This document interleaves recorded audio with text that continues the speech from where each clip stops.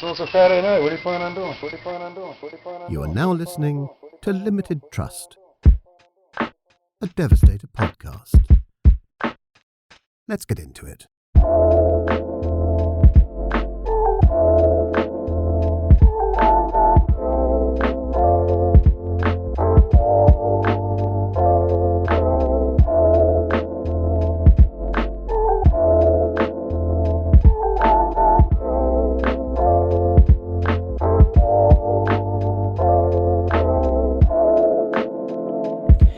Episode 90, Limited Trust, a Devastator podcast. You know, I fucked up and I noticed it on, sometimes I listen to the episodes back and then sometimes I don't. I guess it all just depends. I'm really trying, and I know this sounds crazy, I'm really trying to get the volume fucking right, because I'm sure some people might say like it's too loud, but it's kind of, unfortunately, it's like a personal thing, because when I try to listen back to the shit, I fucking can't hear it in my pocket when I'm at work. So I've been trying to bump the fucking volume up, and I figure if it's too loud, you can always turn it down, but if it's too low, and sometimes you can only turn it up so fucking much. So I've been trying to get anyway. So on the listen back, I said last week, we. And it may have put some people under the impression that there was a fucking guest with me last week, and I don't know how I fucked up that bad, but there definitely wasn't. So I'd like to apologize for that. But this week, so this week is about overcoming fucking obstacles. Not really, but so what happened last week? The fucking day after Limited Trust. My fucking vehicle. We only have one vehicle. We have the van, of course. We have a van, right? And the van started making this strange whining noise. I had to work Saturday and Sunday as usual, just like this fucking weekend. And it was whining and fucking, it was an issue. It didn't seem like anything crazy, because it's done shit like that in the past for different reasons. And I was like, it's probably the fucking power steering. So power steering was a little light, so I put some power steering fluid in it. And then it like got fucking worse, and I'm like, what the fuck, man? So I drove to this job about 45 minutes away, and worked at that job all day. And then when I left, the fucking tranny started slipping, fucking ours started shooting up, and I'm like, what the fuck? Right? It's a 13, it's not brand new by any fucking stretch of the imagination. So I'm like, fuck, man, here we fucking go. So I get it back to our headquarters, and fucking Stevie tells me, yo, fucking, you gotta AAA that bitch, don't drive it no more. He's got some bigger issues. So I had it dropped off at the shop, and so that must have been Sunday. That was Sunday. That wasn't Saturday. I'm sorry.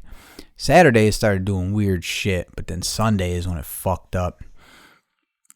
So Monday it gets brought over there. Fucking, it looks like at first a tranny shot, and I'm like, what the fuck, man?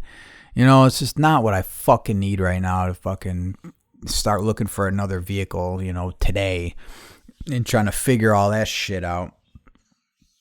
So by today, Friday, I finally get the word back that they changed the tranny filter and come test drive it. We'll see what happens. So I'm test driving it. Everything's straight. I'm like, all right.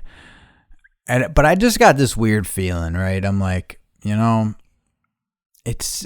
read a lot over the last week. I'm going to be driving a fucking work vehicle, which only has a one passenger seat, which I'm grateful to have been able to have that. And so I asked Stevie, I'm like, would this thing have fucked up already? Like if it was a straight fucking, like a straight tranny issue. And he's like, oh, well, that depends really. So I called him and I'm like, what's going on with this shit? And he's like, well, I know you were happy when the test drive and everything went good and shit. He said, but he said you might want to start looking for another vehicle. And I was like, fuck. All right. So then there we are. so there we are. But so now I'm on the hunt for the fucking vehicle. I'm actually reading a text message from Stevie right now. What's his name? Oh, fuck. So now I'm the start for the hunt for a new vehicle fucking starts. And I was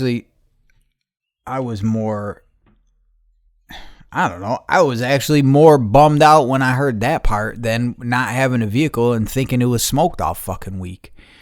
You know, like, I think because, like, basically from Monday until a fucking handful of hours ago today, I figured I was fucked and it's time to start looking for a vehicle, right?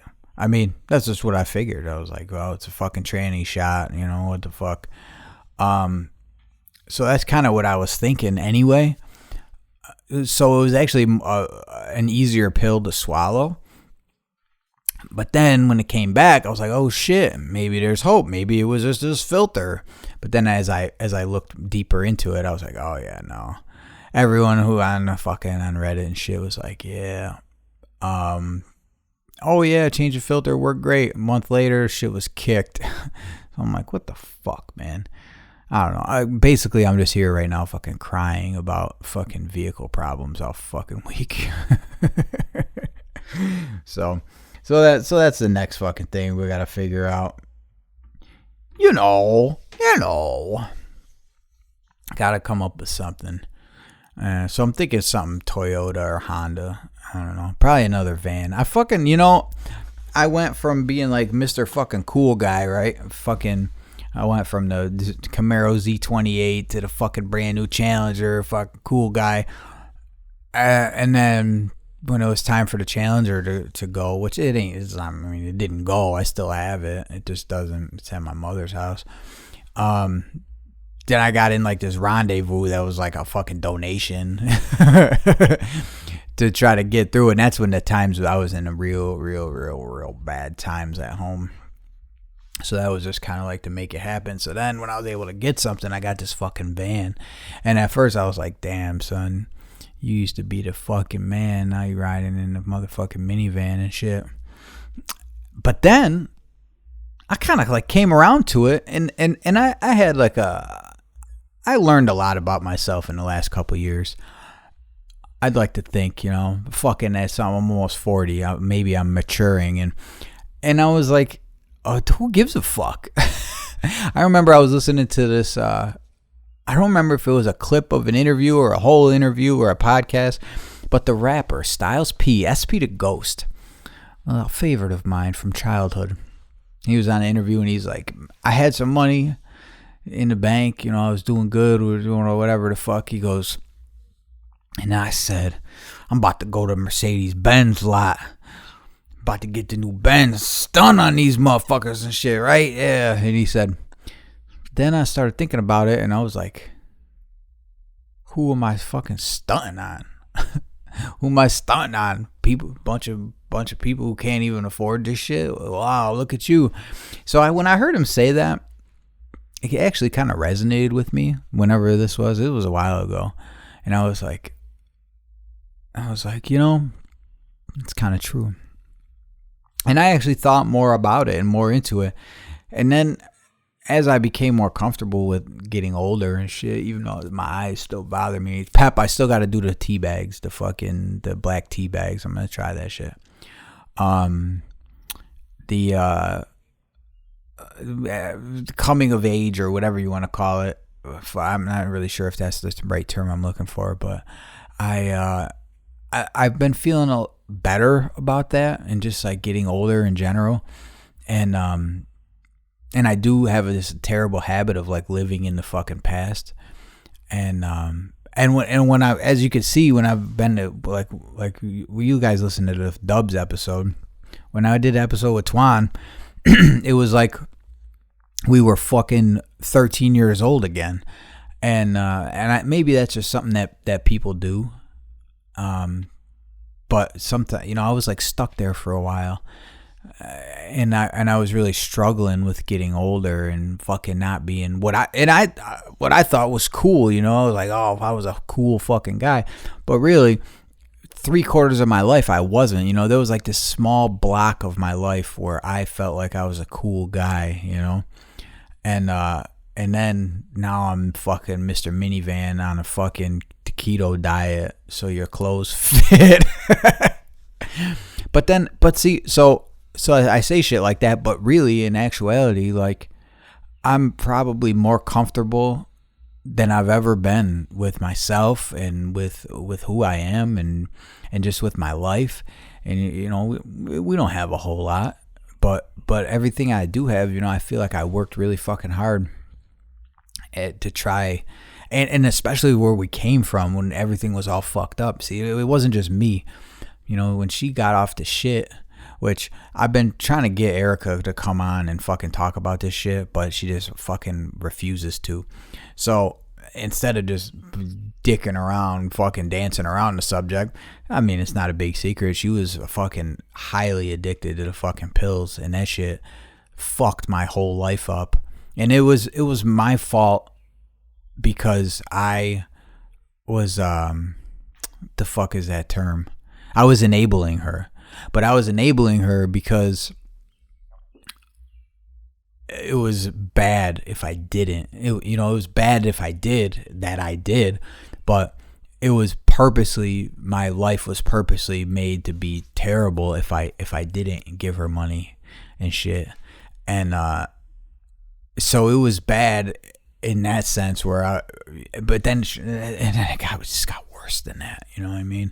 It got fucking worse than that. So I figure in those years, she's been clean almost 4 years now. In the years prior, I estimate I spent about $100,000 on fucking drugs that I didn't fucking do, and this is all the while working, fucking being the blue top guy, fucking starting off fucking Devastator, and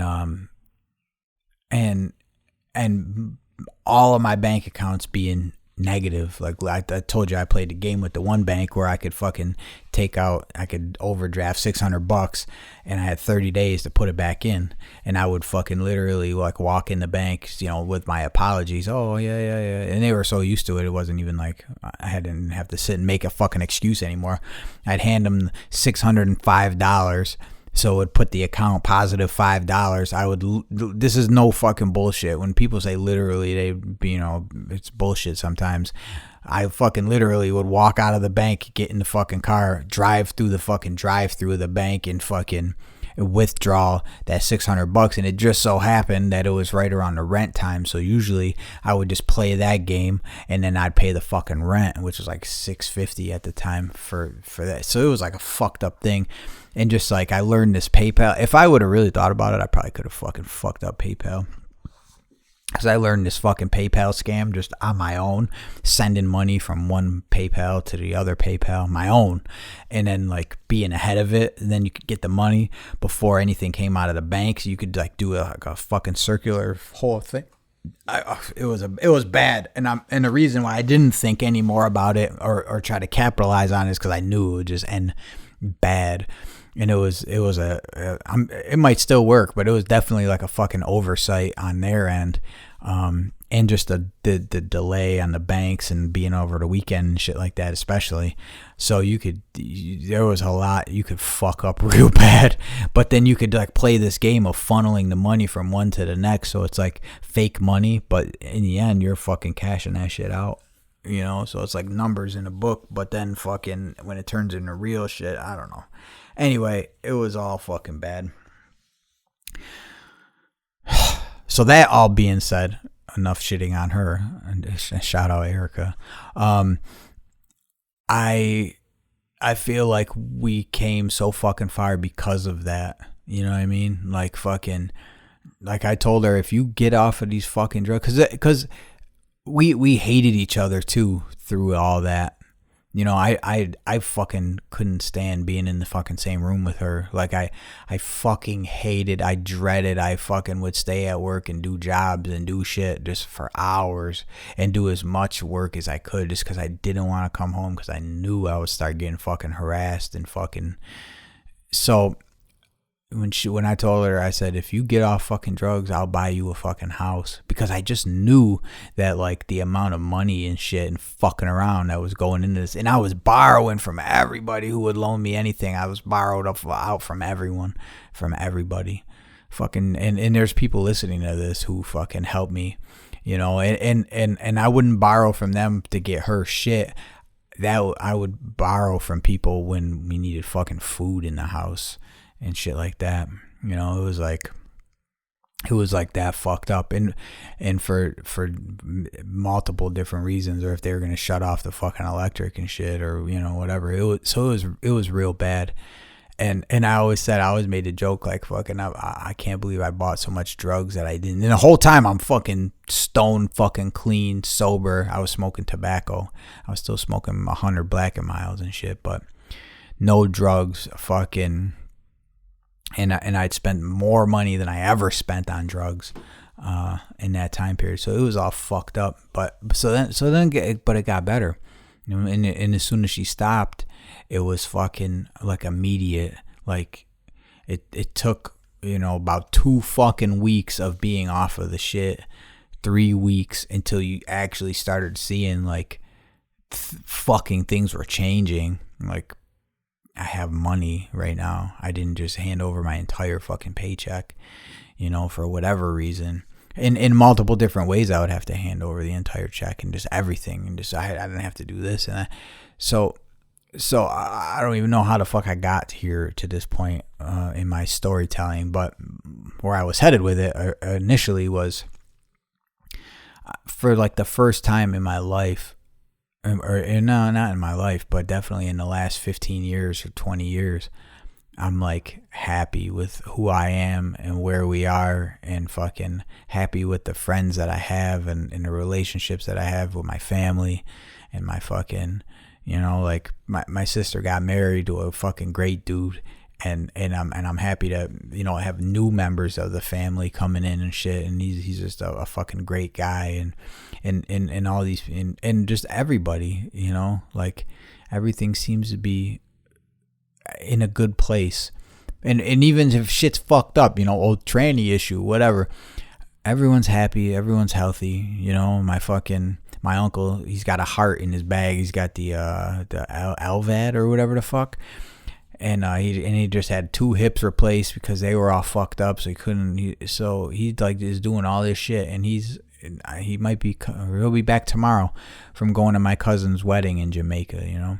So he had a good time there and saw beautiful things and shit that he had never seen before, you know. So there's so much fucking there's so much to be grateful and thankful for and happy about that a car issue.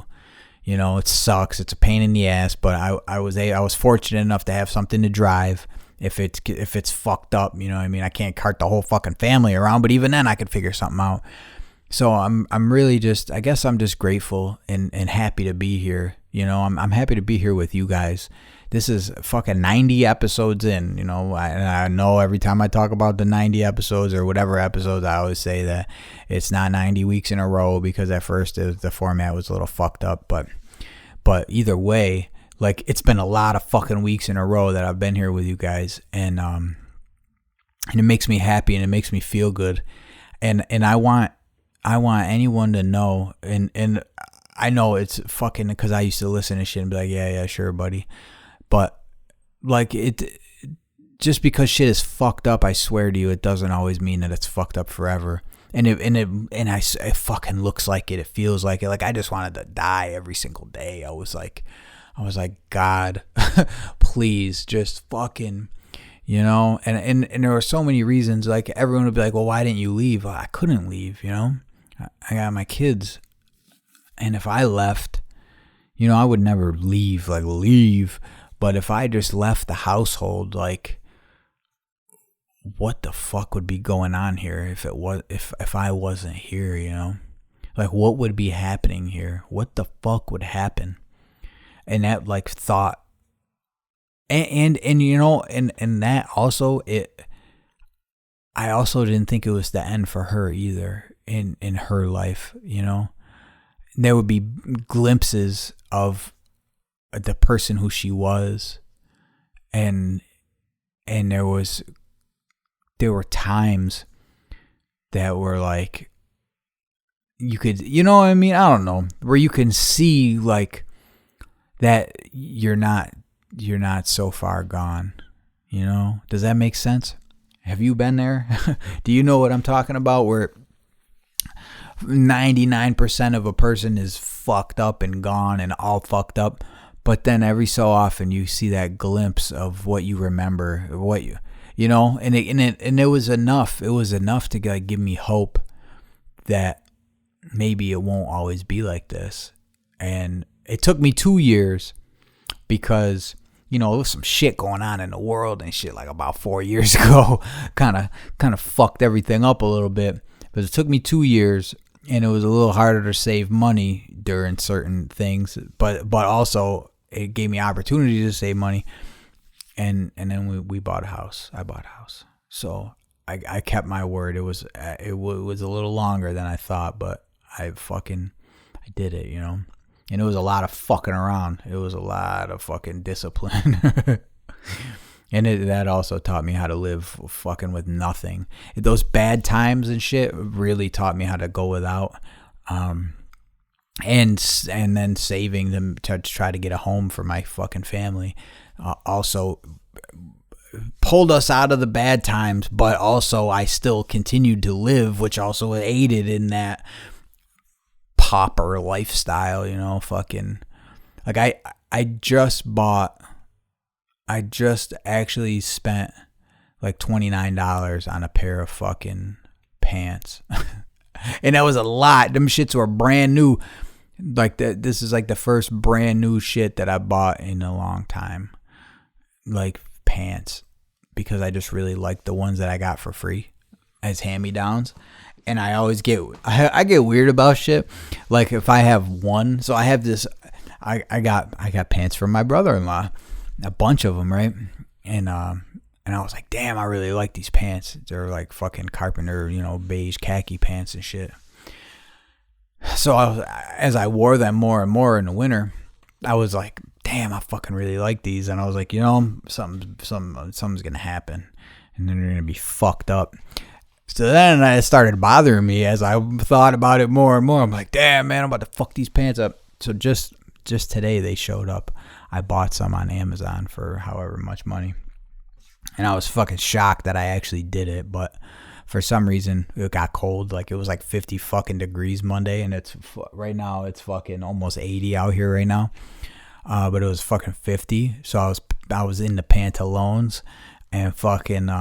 and I was like, damn, I really like these. And they got some scum on them and shit. And I was like, fuck. I was like, I really should buy them other ones.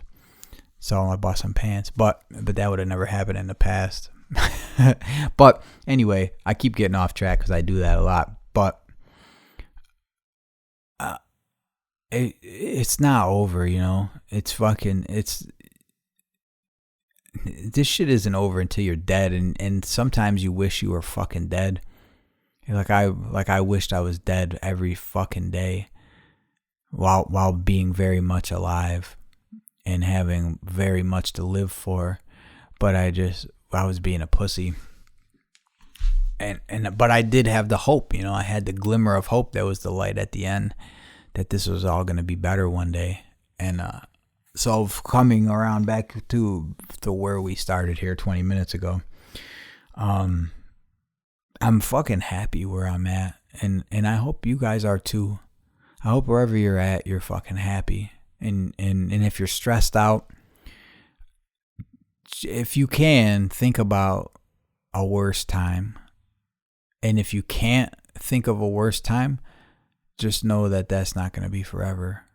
That it's going to be if this is your worst, then believe me, I believe you things will get better for you. You gotta want it though. You gotta do it, and sometimes you gotta wait. Sometimes you have to be patient. And I don't know if I'm being a hypocrite by saying all this, because I did want to fucking die. Because I fucking contemplated robbing a fucking bank.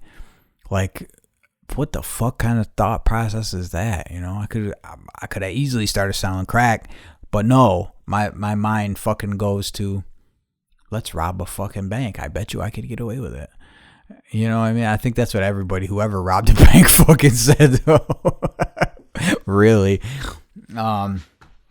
So I started, that's how fucked up shit was. So my bitching about this fucking vehicle shit, like, yeah, I'm sorry, actually. The more I think about it, I'm sorry to come on here and fucking complain about that, because things used to be so bad and other people have it bad and fucking, but just, if you can, man, fucking hang in there, because I don't know. I feel like there's something out there for all of us. We just got to do what we need to do to get there. And if you miss it the first time, it'll come back around, and then hopefully you'll be ready to accept whatever the universe has for you when it's time. Like the Graffiti Machine podcast, Bus talks about like you're putting the energy, you're putting it was, I'm trying to think, I can't think of it verbatim, but like when the universe, when the things out there see that you're after it, maybe it's like you accepting the gifts that the universe wants to give you. You know what I mean? Or you're letting it know that you're ready to receive whatever it is that you've put out there that you need or that you want. I know I'm not saying that, like, in my mind it's laid out differently what I'm fucking trying to say, but I have been feeling like that lately, like, if you, as I say to my kids, if you showed a little fucking initiative, maybe I'd be more apt to fucking help you with whatever. Like when they just come in and fucking drop something on my lap and fucking put their hands up. Nope, it's fucking broken. That's about how much effort I'm going to give to that, or problem solving in general. Like, let me see that you fucking tried and we'll get this together. But if you're just fucking put your hands up, well, that's it. I fucking blah, blah, blah, blah. Believe me, if you're not willing to fucking put the work in, I certainly don't have time to. And maybe that's fucked up. Maybe I should be a little bit more, I don't know, whatever with the kids. But I feel like it's a fucking cold world out there, man. And I hear that term thrown around a lot. And I know this.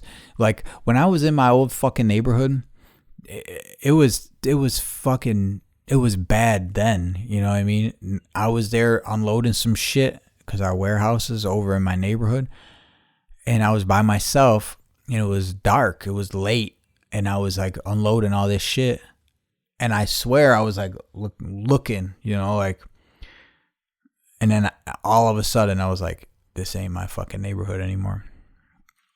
And I'll always be from there, and I'll always know, the fucking lay of the land, and, I wouldn't get lost over there. But it wasn't my neighborhood anymore, and I accepted that all at once. I said, yep, this ain't my fucking neighborhood no more. Where the fuck was I going with that?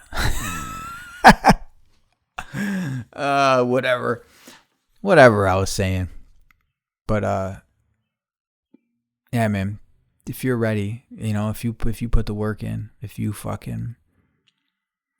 the work in, maybe you, so I have been feeling like that lately, where if you, I don't want to say visualize it, but if you want something and you're working at it and you're grinding, I feel like the things come to you. Maybe not right away, maybe not all at once, But I do believe that initiative is there. And if you have that, you know, if you have that initiative, maybe you'll be all right. Maybe I'll talk about my kids fucking, you know, they'll have a fucking problem with something and they'll just be like, I don't know, you know, and put no effort into it. And I don't fucking like that. You know, I want to see that you fucking tried. And then, and if you show me that you give a fuck, then I'll give a fuck. But if you really don't give a fuck, I don't have time for this shit. So, I don't know. Maybe I need fucking counseling.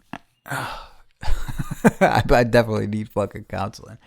But I think I've done a lot of fucking self-help in different ways. Not a goddamn fucking chair. What the fuck is underneath here? Not self-help in the sense of like where I like read a self-help book and fucking, and you know, I received self-help from fucking, you know, my mentors in my life and shit.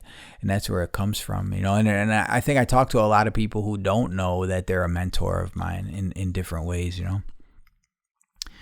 And I don't know. I've heard a lot of bad things that people have said about me from doing like this podcast and shit and really opening up and talking about shit.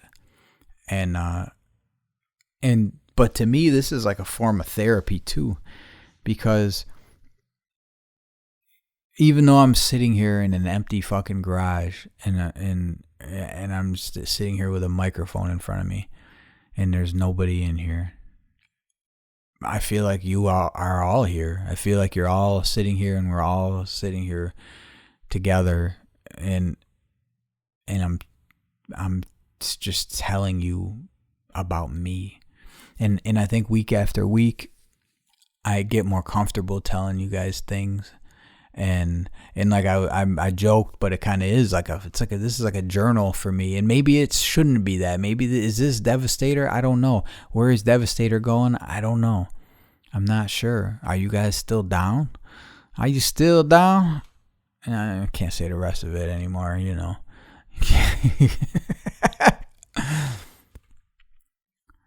I don't know. Where are we going? Is there more? Do I keep going? Do we drop new shit? Do I figure out some new shit? Is this it? Nah, it ain't it. This is therapy for me. So I appreciate you guys showing up to my therapy sessions every week and listening to whatever the fuck I'm talking about and tangents and fucking partial thoughts that I never finish, you know? And then I come back next week and be like, oh, I listened to the episode again and I meant to say. Oh, fuck. So, that's about it, man. Also, if putting it out into the universe and hoping it comes back to you comes in the form of you fucking asking for free shit, go suck a dick, because it's not gonna fucking happen. I've had multiple people. As the reach gets bigger and the audience gets bigger, like it's almost like the first day all over again. Fucking people just keep popping up. Yo, I'm a fan of the brand. Send me fucking free shit. Go fuck yourself, dog. Are you fucking kidding me?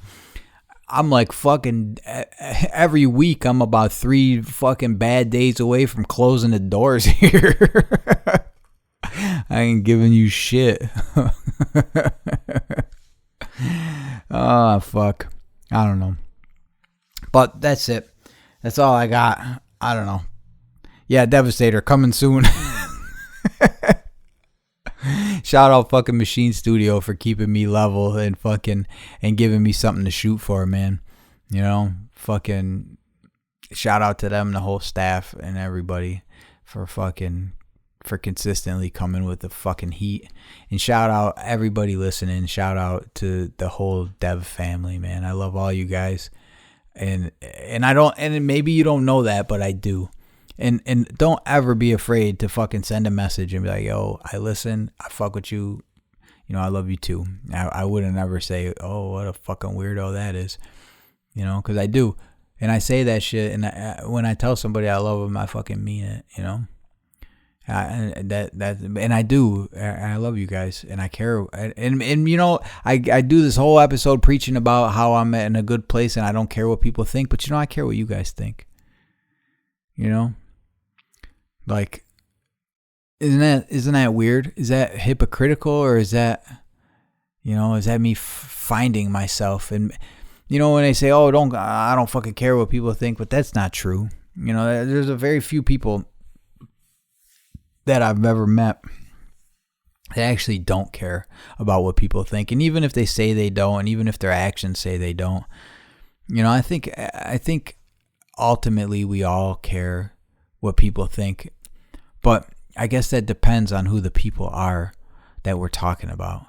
If we're walking down the street and you're wearing something because you like it and you don't give a fuck what people think, maybe that's just the people looking at you saying, "Oh, that's weird," or ha, look at him,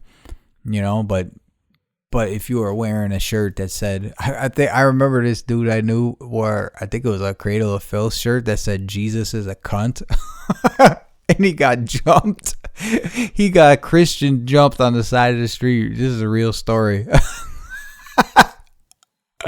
So, obviously he didn't give a fuck until they was fucking serving up fucking the 12 disciples fucking stomped down on him on the side of the fucking road.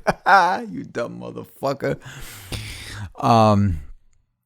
He ended up being a real dumb motherfucker too, but but if you wear that shirt, you don't give a fuck what they think, da da da da. But would you wear that in front of your grandma? Do you care what your grandmother thinks, or do you care what what I mean? Like, does that make sense? Like, I guess caring what people think depends on the people, whoever those people are, whoever that is, and whatever, if I walk out of the house looking crazy, looking fucking dirty and fucking, fucking wearing work clothes or wearing fucking, whatever the fuck, I look all disheveled and shit because I don't give a fuck. I guess sometimes you got to roll the fuck out.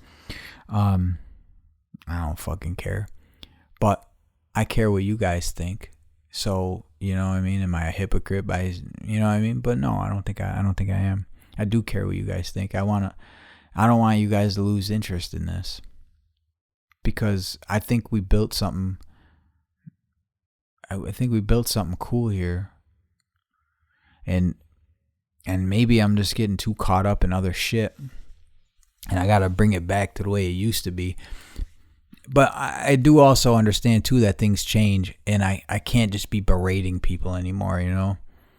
Like, we've also built this community on the fact that I'm fucking here, and if I had to go, if I had to restart the connections, the community, and basically is Instagram, I mean, there's no big secret. If I had to restart that shit again, the community would take a fucking hit, and I don't want that, I don't want to rebuild. So that's why I got to play it kind of safe when it comes to a lot of shit, and I don't really say a whole lot of crazy shit on there, and I definitely, I don't type cursing anymore or nothing like that, because I don't want to fuck around and fucking, what I mean? A lot of people have a lot invested into this, and it would be a fucking shame if my stupid mouth. But I know that was something that brought a lot of people in, was you never know what the fuck Kyle's gonna say, and sometimes that's good, but